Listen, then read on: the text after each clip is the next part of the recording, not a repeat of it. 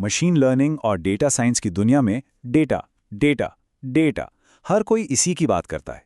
लेकिन क्या कभी सोचा है कि किसी भी मॉडल को फीड करने से ठीक पहले इस डेटा के साथ आखिर होता क्या है?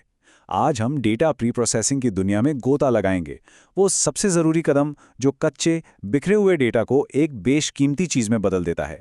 तो चलिए एक बहुत ही बुनियादी सवाल से शुरुआत करते हैं। क्या अलग अलग जगहों से इकट्ठा किया गया कच्चा डेटा, जिसे रॉ डेटा कहते हैं, उसे सीधे एनालिसिस या मॉडलिंग के लिए इस्तेमाल किया जा सकता है? ज्यादातर मामलों में इसका जवाब है बिल्कुल नहीं। रॉ डेटा अक्सर अधूरा होता है, उसमें इनकंसिस्टेंसीज होती हैं और वो गलतियों से भरा होता है। उसे सीधे इस्तेमाल करने का मतलब है कि नतीजे पूरी तरह से गलत निकलेंगे और मॉडल्स भरोसे के लायक नहीं होंगे। स्क्रीन पर एक नज़र डालिए, फर्क एकदम साफ है।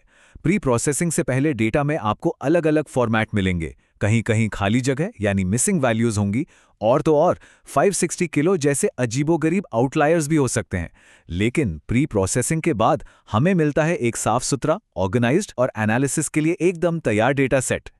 तो चलिए अब जरा और गहराई में उतरते हैं और समझते हैं कि ये डेटा प्री प्रोसेसिंग असल में है क्या और ये इतनी ज़रूरी क्यों है।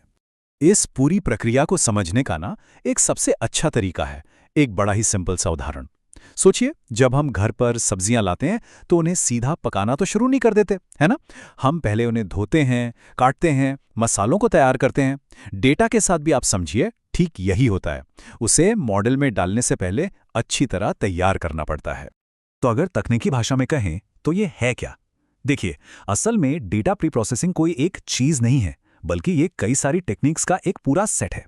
इसका एक ही लक्ष्य है, कच्चे बिखरे हुए डेटा को एक साफ और ऑर्गेनाइज्ड शक्ल देना। ऐसा क्यों? ताकि कोई भी मशीन लर्निंग मॉडल उसे आसानी से समझ सके और बेहतर सटीक रिजल्ट दे सके। और इसके फायदे? अरे फायदे तो बहुत हैं। सबसे पहला और सबसे बड़ा फायदा है डेटा की क्वालिटी में जबरदस्त सुधार।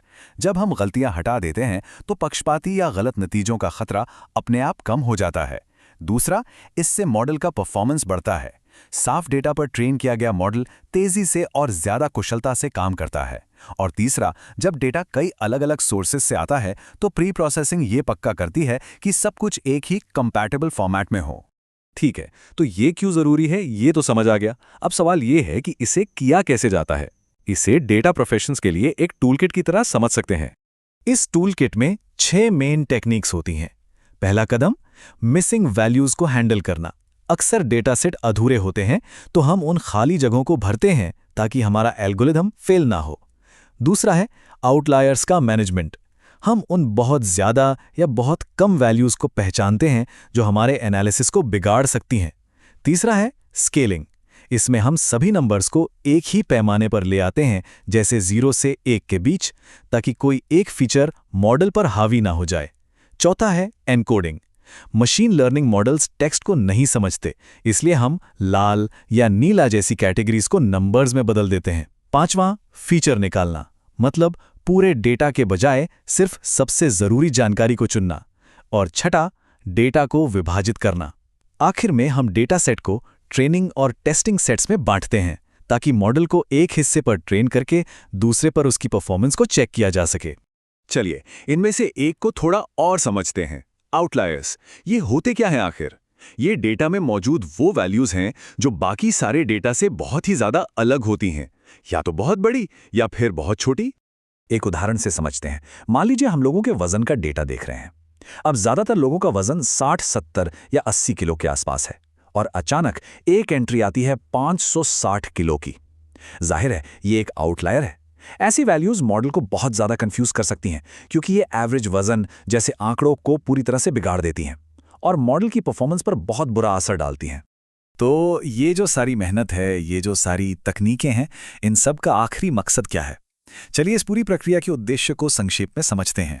सीधी सी बात है, हमारा पूरा मकसद एक ऐसा डेटा सेट तैयार करना है जो एकदम साफ हो, ऑर्गेनाइज्ड हो और जिसमें किसी भी तरह का कोई शोर ना हो।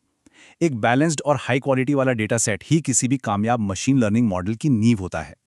और आखिर में एक सवाल, हम सबने सुना है कि data is the new oil, यानी डेटा नया तेल है। तो अगर ये सच है तो क्या डेटा प्री प्रोसेसिंग वो रिफाइनरी नहीं जो उस कच्चे तेल को असल में कीमती बनाती है? सोचिएगा जरूर।